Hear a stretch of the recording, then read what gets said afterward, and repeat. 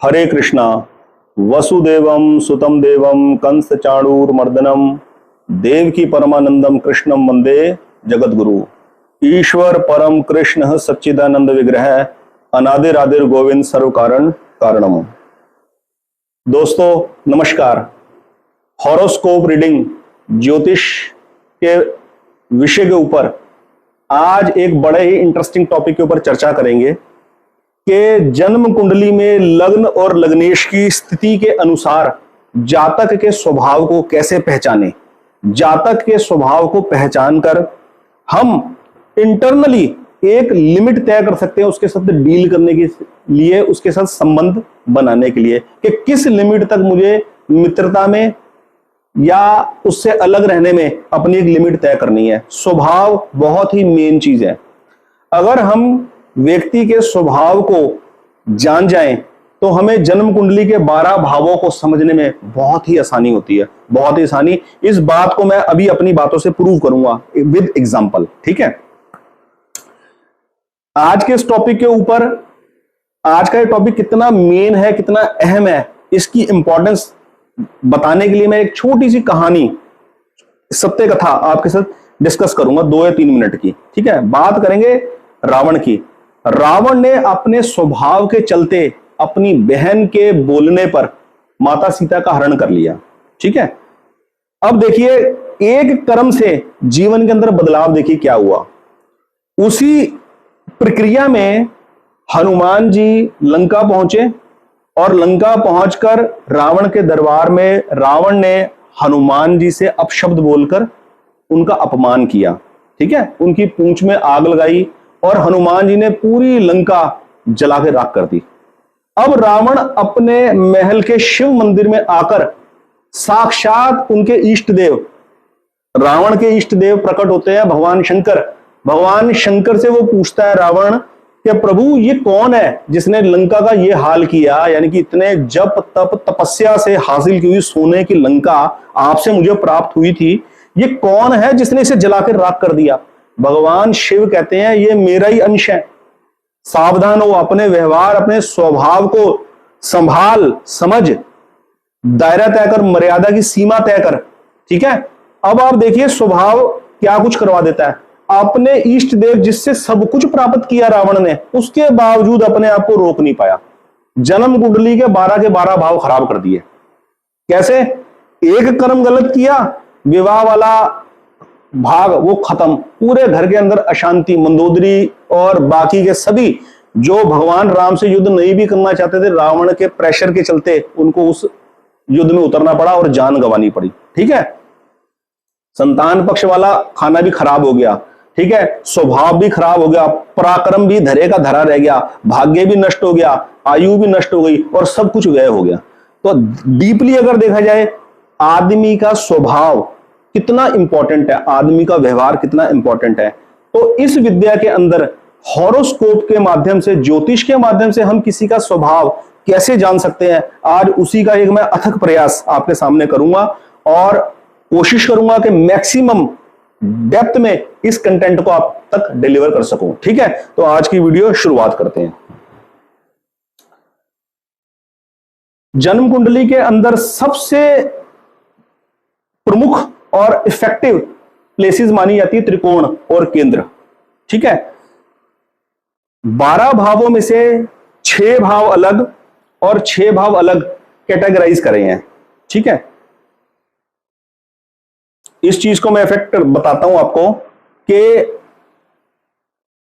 लग्नेश की स्थिति यदि त्रिकोणों में हुई, नवम में, पंचम में, तो यह अति शुभ है। और इसी के पैरेलल अगर यदि केंद्र में हुई इस सीक्वेंस में, दशम में, सप्तम में, चतुर्थ में और लगन में, तो यह भी शुभ है। ये और ये अति शुभ है, ये शुभ है। ठीक है, इन 6 भावों के अंदर यदि लग्नेश प्लेस हो जाए, लगन कोई भी हो, 12 में से कोई भी लगन हो, मेष से लेकर मीन तक, उसका लग्नेश, लगन लॉर्ड इन 6 भावों में यदि बैठे, तो इसको कैटेगराइज करके मैं नाम देता हूं, ये भाग्य प्रधान व्यक्ति है। यानी कि जीवन में जो कुछ मिलेगा भाग्य के दम पर मिलेगा। कम एफर्ट्स करके मिलेगा। ठीक है। दूसरी कैटेगरी है बाकी के 6 भावों की, त्रिषडाय 3, 6, 11, 2, 8, 12। दूसरी कैटेगरी है कर्म प्रधान की। ठीक है, 3, 6, 11, 2, 8, 12। कोई भी लग्न हो, लग्न का लॉर्ड यदि त्रिषडाय में चला गया या 2, 8, 12 में चला गया तो ऐसा जातक होगा कर्म प्रधान। जीवन के अंदर हर रास्ता बना लेगा, लेकिन बनाएगा अपने कर्म के दम पर, अपनी मेहनत से बनाएगा। तो दोनों के अंदर डिफरेंस क्या हुआ? दोनों के अंदर डिफरेंस ही होगा, एक को तो मिली पकी पकाई थाली जो उठा के खानी है, और एक को घर से निकलना पड़ा, मेहनत करके जुगाड़ करना पड़ा और थाली तब तैयार हुई। तो दोनों में फर्क क्या हुआ? फर्क यह हुआ कि एक की लाइफ कंफर्टेबल थी और एक की लाइफ थोड़ी सी मेहनत भरी थी। लेकिन मेहनत भरी जिसकी लाइफ थी उसने जीवन के अंदर जीवन की परिपक्वता सीखी। इस बात को एक एग्जांपल से समझाऊंगा तो आपकी बात समझ में आ जाएगी, कोशिश ये होगी। एग्जांपल लेते हैं, ज्योतिष के किसी कोर्स में 2 स्टूडेंट्स ने एडमिशन लिया। ठीक है, दोनों के लगन अलग अलग है या जो भी है, या एक ही लगन समझ लो, एक ही लगन है। एक का लगन लॉर्ड बैठा है त्रिकोण में या केंद्र में, और दूसरे स्टूडेंट का जो लगन लॉर्ड बैठा है वो बैठा है त्रिषडाय में या 2, 8, 12 में।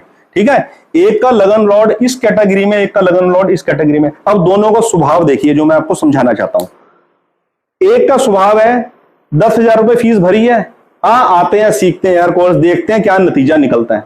ठीक है, ये है फर्स्ट कैटेगरी वाले का स्वभाव। ठीक है, कर्म प्रधान कैटेगरी वाले का स्वभाव मैं बता रहा हूं, पैसे खर्चे भाई, पूरी मेहनत करनी है, इसमें है क्या पता तो लगाए यार, इतना टाइम कंज्यूम कर रहे हैं, है क्या चीज से कोई फायदा निकलता भी कि नहीं निकलता है। फर्स्ट कैटेगरी वाला कह रहा है देखते हैं यार, कुछ मजा आ नहीं रहा, कुछ समझेंगे नहीं तो देखते हैं, फिर नहीं तो न्यूमरोलॉजी सीखते हैं। ठीक है, पामिस्ट्री सीखते हैं, और भी बथेरे चीजें हैं, टैरो कार्ड रीडिंग सीखेंगे। देखें, यानी कि जिसको लाइफ में कोई चीज कंफर्ट से मिलती है ना, उसका टेंडेंसी ऑफ माइंडसेट देखो कैसा होता है। ठीक है, और ये टेंडेंसी ऑफ माइंडसेट ही जिंदगी की हर सुख और दुख का कारण बनता है। मेरी बात को पकड़ने की कोशिश करना है। ठीक है, जो कंफर्ट जोन में होगा ना, वो कभी भी अन्याय के खिलाफ, गलत काम के खिलाफ आवाज नहीं उठाता। मोस्ट केसेस में ज्यादा देखा जाता है, वो अपने कंफर्ट को खराब नहीं करना चाहते, आराम से बैठ कर अपनी जिंदगी जीते रहते हैं। जो कर्म प्रधान होगा ना, जिसने लाइफ में अप डाउन देखी है, किसी चीज को मेहनत से हासिल किया है, वो अन्याय के खिलाफ भी आवाज उठाएगा और गलत काम के ऊपर भी विरोध करेगा। तो अब दोनों कैटेगरी के लोगों का माइंडसेट आप देखिए कैसा है, और ये माइंडसेट पूरी लाइफ को इफेक्ट करते हैं। पहली कैटेगरी के माइंडसेट का वैवाहिक जीवन में संबंध बनाना, जीवन जीना, बच्चों के साथ डील करना, जिम्मेवारियों के साथ डील करना, कोई मुसीबत आ जाए तो उसके साथ हैंडल करना एक अलग तरीके का स्टाइल है, तरीका है, और कर्म प्रधान व्यक्ति का एक अलग तरीके से डील करना है। एक एग्जांपल और देता हूं, एक एग्जांपल के थ्रू और ज्यादा क्लियर कर देता हूं इस बात को। भाग्य प्रधान कैटेगरी के अंदर यदि लग्नेश गया है, उन भावों के अंदर, वो जातक मान लीजिए ऐसी फैमिली से बिलोंग करता है कि अभी वो 12वीं क्लास करके निकला है, पिताजी ने एयर टिकट बनाई और अमेरिका भेज दिया मैनेजमेंट स्टडी करने के लिए। मैनेजमेंट स्टडी कर ली उसने। अब एक बच्चा है सेम उसी का कुलीग है, उसी क्लास के अंदर है, उसके पिता के पास इतना समर्थन नहीं है वो उसे अमेरिका भेज सके मैनेजमेंट स्टडी करने के लिए। ठीक है, ये बच्चा खुद अपनी मेहनत से पैसे कमा रहा है, अपने घर को गिरवी रख के बैंक से लोन लेकर फिर जा रहा है। टारगेट दोनों सेम अचीव कर रहे हैं, लेकिन दोनों की जीवन शैली देखो किस तरीके से चल रही है। एक के पास जीवन की परिपक्वता किस तरीके से आ रही है और एक के पास जीवन की परिपक्वता किस तरीके से आ रही है। तो दोनों व्यक्तियों के स्वभाव के अनुसार ही वो बाकी के सारे सब्जेक्ट्स के ऊपर डील करेगा, लाइफ के ऊपर। और हम जब किसी ऐसे ही आदमियों की जब जन्म कुंडली देखते हैं ना, और जब वो किसी प्रॉब्लम के बारे में डिस्कस करते हैं, तो सारी चर्चा उसके रिलेवेंट हाउस के बारे में हो रही होती है। अगर एक बार हमें जातक का स्वभाव पता लग जाए ना, तो स्वभाव से पता लग जाएगा वो किसी भी लाइफ के सुख और दुख को कैसे टैकल करेगा। ठीक है, अब ये तो मैंने बताई भावों की सिचुएशन लग्नेश की। अब थोड़ा सा और क्लोजर लुक आते हैं, लगन की बात करते हैं। लगन की 12 लगनों में से ये 4 लगन सूर्य प्रधान सिंह लगन, चंद्र प्रधान कर्क, मंगल प्रधान मेष और वृश्चिक, और गुरु प्रधान धनु और मीन लगन। इन लगन वालों की आपस के अंदर आपस अंडरस्टैंडिंग ज्यादा होती है और एक दूसरे से लाभ पहुंचने के चांसेस ज्यादा होते हैं। ये आप करके देख लेना, कभी भी आजमा के देख लेना, अपनी फैमिली में, फ्रेंड सर्कल में या वर्क प्लेस पे आप कभी ये चीज नोट करके देखना कि इन ग्रहों के जो प्रधान लग्न है उनकी आपस में मेंटल अंडरस्टैंडिंग ज्यादा बैठती है। ठीक है। और एक कैटेगरी ये है बुध प्रधान की, शुक्र प्रधान की और शनि प्रधान की, यानी कि मिथुन लगन, कन्या लगन, वृष लगन, तुला लगन, कुंभ, मकर और कुंभ लगन, इनकी आपस में अंडरस्टैंडिंग ज्यादा बैठती है। कोशिश होनी चाहिए कि इस लगन के व्यक्ति इस लगन के व्यक्तियों के साथ जब डील करे तो अटेंटिव होकर डील करें। मैं आपको बताता हूं, सूर्य प्रधान व्यक्ति का सबसे ज्यादा एंटी कॉम्बिनेशन रहता है शनि प्रधान व्यक्ति के साथ, यानी कि मकर लगन और कुंभ लगन के व्यक्ति के साथ हमेशा एंटी बिहेवियर रहता है सूर्य प्रधान व्यक्ति का। ठीक है। मंगल प्रधान व्यक्ति का भी शनि के साथ एंटी बिहेवियर रहता है, एक दूसरे से लाभ नहीं पहुंच सकता, और मंगल का बुध के साथ भी बहुत एंटी बिहेवियर रहता है। ठीक है। कहने का भाव यह है, एक एग्जांपल के थ्रू मैं आपको बता रहा हूं कि मान लीजिए मिथुन लगन का व्यक्ति है, मिथुन लगन के व्यक्ति की मंगल प्रधान व्यक्ति के साथ पटरी नहीं बैठेगी। एक आम है, लेकिन किसी बड़े प्रोजेक्ट को अगर यदि करना है डील नहीं निभ पाएगी। ठीक है। ये मेन समझाने का पर्पस है। ठीक है। गुरु प्रधान व्यक्ति की शुक्र के साथ बिल्कुल नहीं बन पाएगी, ये बिल्कुल एंटी लगन है एक दूसरे के साथ। ठीक है। अपनी इस बात को समझाने के लिए एक थोड़ी सी आपकी मैं एक और आपको समझाना चाहूंगा। कभी भी नोट करना कि लगन कोई भी हो, कोई भी लगन हो, उस लग्नेश के जो मित्र होते हैं वो हमेशा त्रिकोणों के स्वामी बनते हैं, इसीलिए त्रिकोणेश हमेशा शुभ माने जाते हैं। ठीक है। कोई भी लगन हो जो त्रिकोण के स्वामी होंगे वो इसके मित्र होंगे हमेशा। ठीक है। और यदि मित्र ना हुए तो शत्रु कभी नहीं होंगे, सम होंगे, सम होंगे। ठीक है। आप कोई सा भी यहां लगन लगा लीजिए, मान लीजिए आपने यहां लगाया मेष लगन, स्वामी है मंगल। ठीक है। 1 2 3 4 5 त्रिकोणेश बना सूर्य मंगल आपस में मित्र है। ठीक है। 6 7 8 9 नंबर क्या बोलते हैं आपका गुरु और मंगल की भी आपस में मित्रता है। ठीक है। हमेशा कोई भी लगन लगे त्रिकोणेश हमेशा उसके मित्र होंगे, मित्र नहीं होंगे तो सम होंगे, लेकिन शत्रु कभी नहीं होंगे। ठीक है। इसी प्रकार संसार की इस यात्रा में कुदरत का खेल देखिए कैसा है कि लग्न कोई भी हो, जो लाइफ पार्टनर होता है वो कभी मित्र राशि का नहीं बैठता।